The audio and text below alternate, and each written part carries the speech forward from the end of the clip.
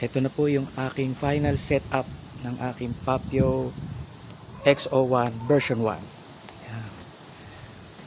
Una po, nagpa powder coat na blue.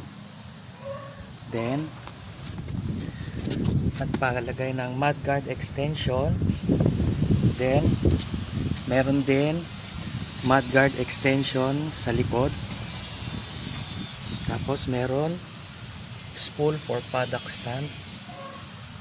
Tapos bumili ng plate cover protector para hindi bumabaluktot. What else? Then change handlebar. Then cellphone holder with charger. Ayan po.